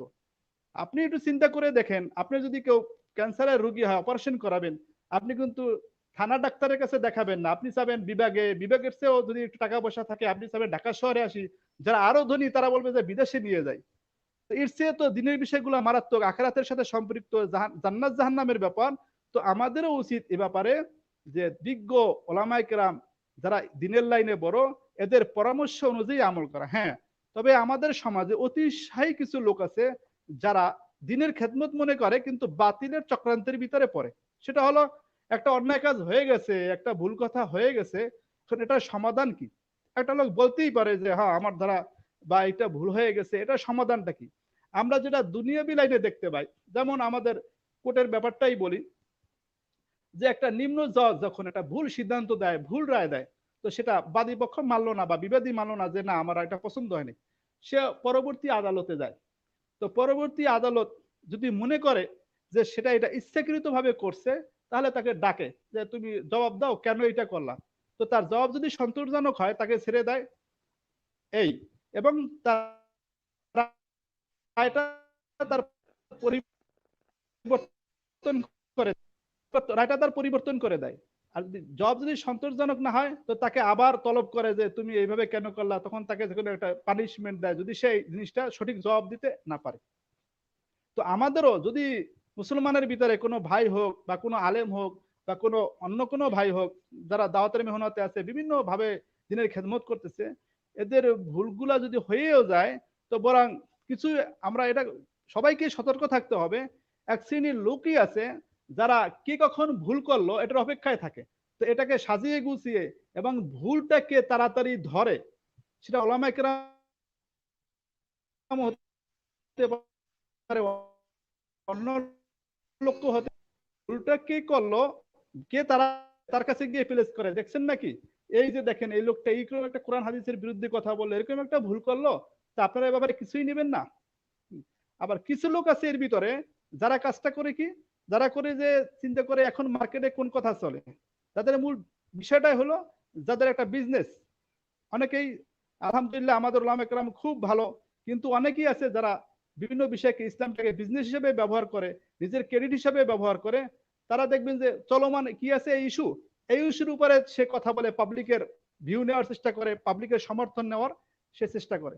কিন্তু এক্ষেত্রে আমাদেরকে দেখতে হবে কোরআন সুন্নাহর আলোকে যে একটা লোকের সমাধান, একটা লোকের সংশোধনের তরিকাটা কি, পদ্ধতিটা কি, আর আল্লাহ তাআলা কিভাবে কোরআনের ভিতরে বলেছেন। আজকে আমরা কোরআনের কথা বলি, হাদিসের কথা বলি, কিন্তু সংশোধনের ক্ষেত্রে আমরা সাধারণ পাবলিক তো দূরের কথা, যারা আমরা দিনের ব্যাপারে বিজ্ঞ তারা কোরআনের ভিতরে ঢুকতে চাই না, হাদিসের ভিতরে ঢুকতে চাই না। যেমন সূরা আনফাল নাজিল হলো, কেন নাজিল হলো? ওখানের ভিতরে আল্লাহ তাআলা আনফালকে নাজিল করলেন উহুদের যুদ্ধকে কেন্দ্র করে মুসলমান বিভেদ, যে গনিমতের যে মাল হলো, যুদ্ধলব্ধ যে মাল পাওয়া গেল, এটা কে নিবে? সাহাবীদের ভিতরে তিনটা দল হয়ে গেল সাথে সাথে। এক শ্রেণী বলল যে এই যুদ্ধলব্ধ মাল, গনিমতের মাল আমরা পাবো, তাদের দাবি কি? কেন তোমরা দাবি করো? তোমাদের দলিল কি তোমাদের পক্ষে? বলে দলিল হলো, আমরা যদি কাফেরদের সাথে যুদ্ধ না করতাম তোমরা তো গনিমতের মাল পাইতে না। হ্যাঁ, তাদের কথারও যুক্তি আছে। আরেক শ্রেণী বলে না না না, এই গনিমতের মাল পাবো আমরা। তারা কারা? যারা এই মালকে কুড়িয়ে এনেছে, সংগ্রহ করেছে, যে আমরা যদি সংগ্রহ না করতাম মালগুলো তাহলে তো তোমরা এই মাল পাইতে না। এদেরও তো যুক্তি আছে। তৃতীয় শ্রেণী হলো যারা আল্লাহ রসুল সাল্লাল্লাহু সাল্লামের সাথে ছিলেন, তারা বলেন যে হ্যাঁ, এই মালের অধিকারী আমরা, কারণ আমরা নবী সাল্লাল্লাহু আলাইহি সাল্লামকে হেফাজত করেছি। এখন প্রত্যেকের সাথেই কিন্তু শক্ত দলিল রয়ে গেছে। এখন কে হক আর কে বাতিল? কিন্তু আল্লাহ রসুল সাল্লাল্লাহু সাল্লামকে আল্লাহ তাআলা নিজে শিখিয়ে দিয়ে গেছেন, যখন মুসলমানদের ভিতরে বিভেদ দেখা দিবে তখন আপনি সমাধানটা কিভাবে করবেন। কিন্তু আল্লাহ রসুল সাল্লাল্লাহু সাল্লাম কাউকে হক বললেন না, কাউকে বাতিল বললেন না, বরং আল্লাহ পাকের পক্ষ থেকে সিদ্ধান্ত আসলো, যেহেতু প্রত্যেকের পক্ষে দলিল আছে, আল্লাহ তাআলা বললেন ইয়াসআলুনাকা আনিল আনফাল কুলিল আনফালু লিল্লাহি ওয়ার রাসূল, যে আপনার কাছে লোকেরা যুদ্ধলব্ধ মাল সম্পর্কে জিজ্ঞাসা করে, আপনি তাদেরকে বলে দেন এই গনিমতের মাল তোমাদের কারো না, আল্লাহর জন্য, আল্লাহ রসুলের জন্য। এবং তোমরা কাজটা যেটা করো, যেহেতু বিশৃঙ্খলা শুরু হয়ে গেছে মুসলমানের ভিতরে, এখন তোমাদের কাজটা কি? ওয়াত্তাকুল্লাহ আসলিহু বাইনা ওয়াত্তাকুল্লাহ আসলু যাতা বাইনাকুম, যে তোমরা আল্লাহ তাআলাকে ভয় করো। এক নম্বর হুকুম দিলেন, খবরদার তোমরা বেশি অতিরঞ্জিত হয় না, তোমরা ঢং বেঢং করে মুসলমানের দোষকে প্রকাশ করো না, বরং তোমরা এক্ষেত্রে আল্লাহ তাআলাকে ভয় করো। এবং আসলিহু যাতা বাইনাকুম, তোমরা পরস্পরের ভিতরে সংশোধন করে দাও, মীমাংসা করে দাও, সালিশ করে দাও।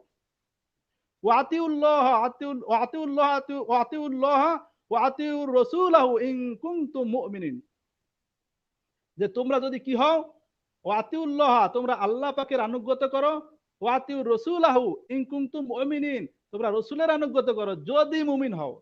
মূল কথাটা হলো, যদি তোমরা দাবি করো আমরা মুমিন, তাহলে তোমাদেরকে কাজ করতে হবে কয়েকটা। এক নম্বরে আল্লাহকে ভয় করতে হবে, দুই নম্বরে মানুষের মুসলমানের ভিতরে মীমাংসা করে দাও, ভাই ভাই বানিয়ে দাও, তিন নম্বরে যদি দুই কাজটা যদি তোমরা করো তাহলে তোমাদের এই কাজটা আল্লাহর আনুগত্য হবে, আল্লাহ রসুলের আনুগত্য হবে। যদি তোমরা এই কাজ না করো, আল্লাহকে ভয় করলে না, মিশাইলে মুসলমানের ভিতরে বিভেদকে মিটাইলে না, তাহলে তোমরা কিন্তু মুমিন হইলে না। তো আমাদেরকেও দেখতে হবে, এই ব্যাপারে অসংখ্য আয়াত আছে কোরআনে কারিমের ভিতরে, কিন্তু এইটার আলোচনা কোথায় শোনা যায় না, যে এই বিষয়টাকে আমরা সমাধান হিসাবে নেই।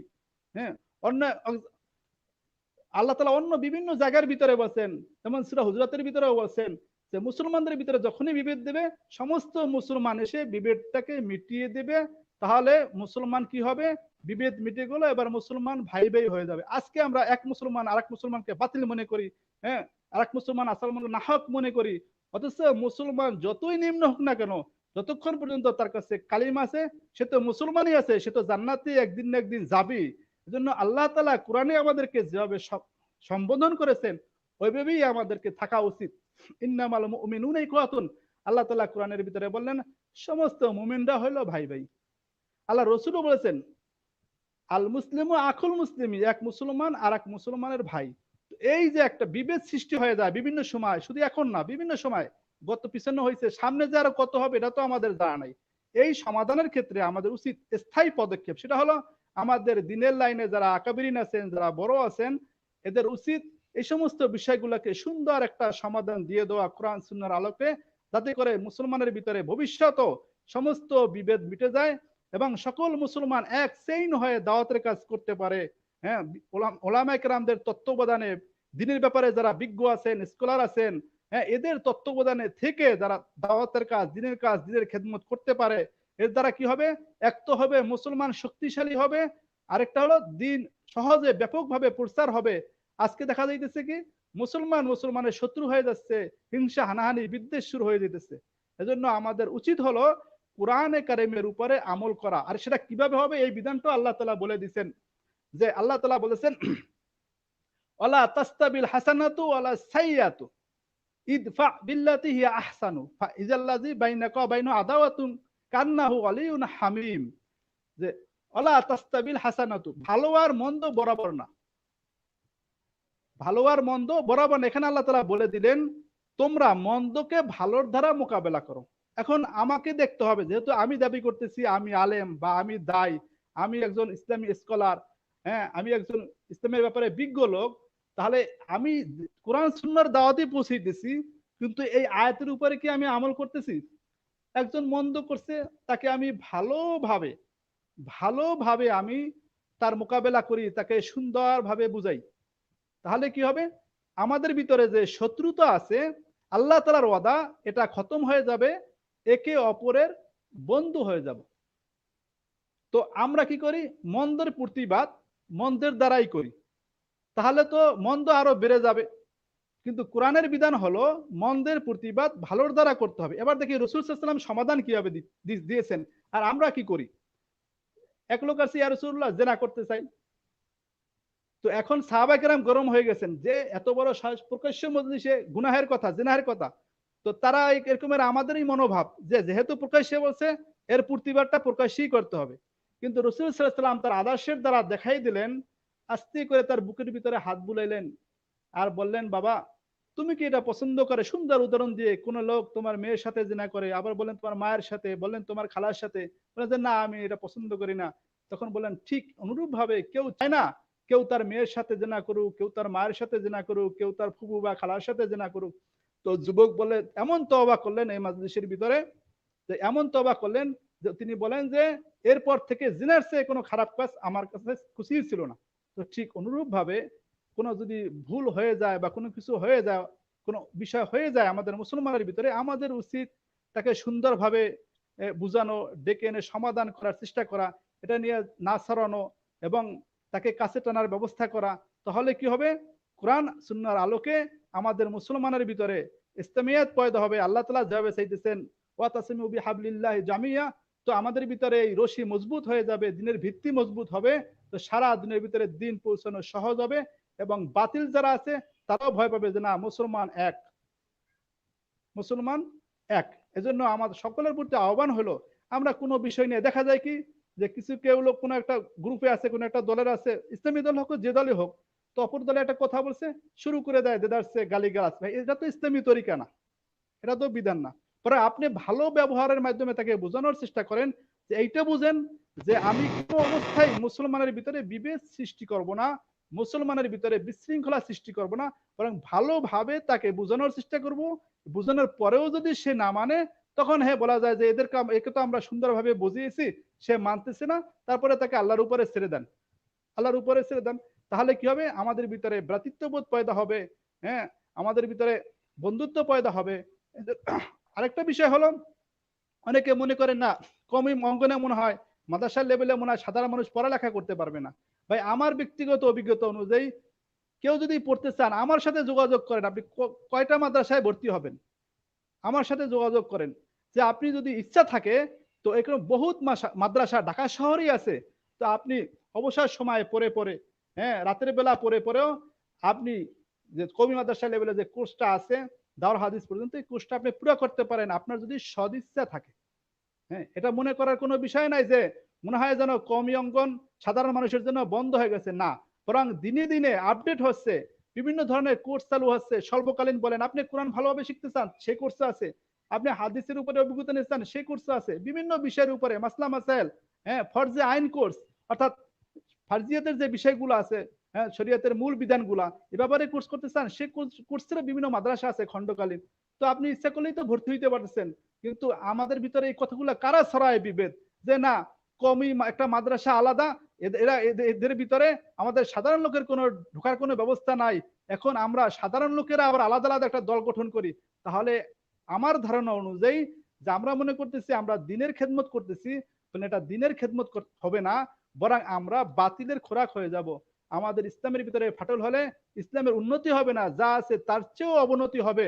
কারণ শেষ জমানায় আমাদের সফলতা যেটা আসবে, যেমন আমরা বলে থাকি ইমাম মাহদী আলাইহিস সালাম আসবে, ওই আসার সময় কিন্তু মুসলমান বিচ্ছিন্ন থাকবে না, বরং যারা বিচ্ছিন্ন থাকবে তারাই ক্ষতিগ্রস্ত হবে।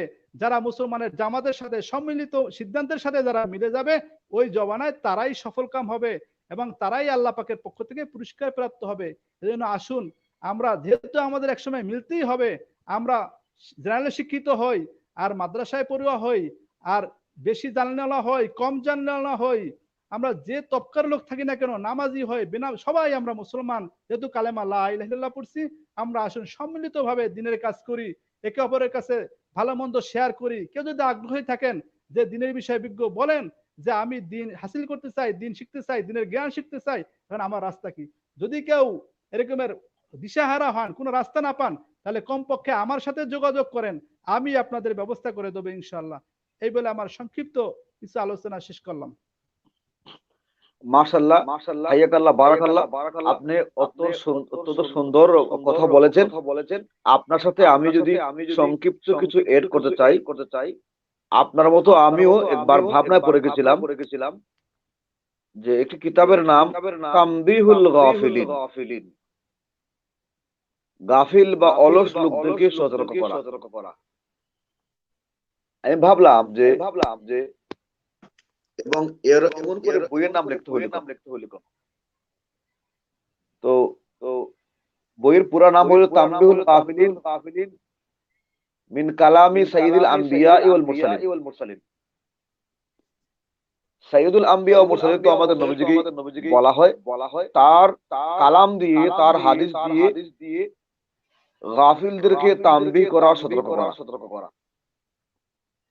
তো এটা কাদেরকে করলেন নবীজি, বা যিনি লিখেছেন কিতাব ফকি আবুল সামরকন্দি, তিনি এইটা লিখে কাদেরকে সতর্ক করলেন? আমি খুঁজে পাচ্ছিলাম না। পরে এই সময়ে এসে যখন দেখলাম মুসলমানদের মধ্যে গাফলতির শেষ নাই।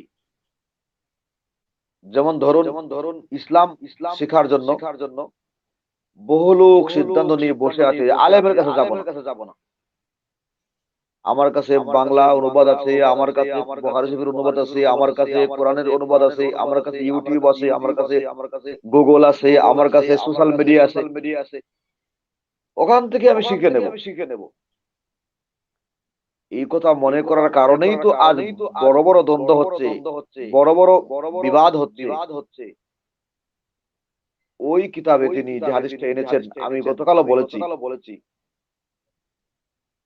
নবীজি শপথ করে বলেছেন ওয়াল্লাযী নাফসু মুহাম্মাদিন বিয়াদিহি মা মিন মুতাআল্লিমিন ইয়াখতালিফু ইলা বাবিল আলিমি।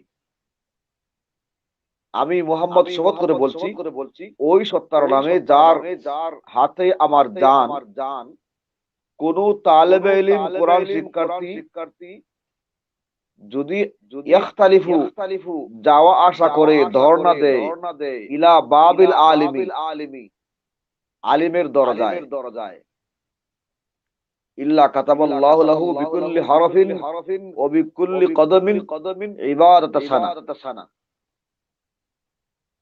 প্রতিটি হরফের বিনিময়ে, প্রতিটি কদমের বিনিময়ে 1 বছর বন্দেগীর সওয়াব দান করা হয়। শুধু তাই না, ওয়া বানা লাহু বিকুল্লি কদমিন মাদিনাতান ফিল জান্নাহ। প্রতিটি কদম আলেমের দরবারে আসা যাওয়ার যে কদম, এই কদমের কারণে জান্নাতে তার জন্য একটি শহর নির্মাণ করা হয়। তাহলে আলেমের কাছে আসা যাওয়ার কত বড় গুরুত্ব নবীজি বলে দিয়েছেন। নবীজিকে বলে দিয়েছেন যে একবার সার্চ করলে, গুগলে একবার সার্চ দিলে, ইউটিউবে একবার সার্চ দিলে, একবার বাংলা বই বের করলে, অনুবাদের বই বের করলে জান্নাতে আপনার জন্য একটি শহর নির্মাণ হবে না, সেটা হবে না। বরং জান্নাতে শহর নির্মাণ করতে হলে আলেমের দরবারে যেতে হবে, তার দরজায় আসা যাওয়া অব্যাহত রাখতে হবে। নবীজি এই কথা বলে এই জমানার গাফেল যারা আসে, যারা অলস আছে, যারা বিমুখ আছে, তাদেরকে নবীজি বলে দিয়ে গেছেন যে না, এটা করা যাবে না, আলেমের দরবার ছেড়ে দিবা, বহুত বড় দৌলত থেকে বঞ্চিত হয়ে যাবা। এজন্য আমরা আজকের এই অনুষ্ঠান থেকে সকল পক্ষের সকল তরুণ যুবক, জেনারেল যুবক এবং কওমি ছাত্র আছেন যারা, সকলকে বলবো আলেমের দরজায় আসা যাওয়া বন্ধ করলেই সমূহ বিপদের সম্ভাবনা আছে, বিভ্রান্তির সম্ভাবনা আছে। আমরা কেউ যেন উলামায়ে কেরামের দরবার ছাড়া না হই, তাদের কাছে আসা যাওয়া বন্ধ না করি। আল্লাহ পাক রব্বুল আলামিন আমাদের সকলকে উলামায়ে কেরামের দরবারে দরজায় আসা যাওয়ার পথটাকে উন্মুক্ত করে দিন, আমাদের আসা যাওয়াকে সহজ করে দিন। সেই প্রত্যাশাবাদ ব্যক্ত করে আজকের অনুষ্ঠান শেষ করছি। দেখা হবে আগামী কোনো অনুষ্ঠানে। সেই পর্যন্ত সুস্থ থাকুন, সুন্দর থাকুন, ভালো থাকুন। আসসালামু আলাইকুম ওয়া রাহমাতুল্লাহি ওয়া বারাকাতুহু। ওয়ালাইকুম আসসালাম।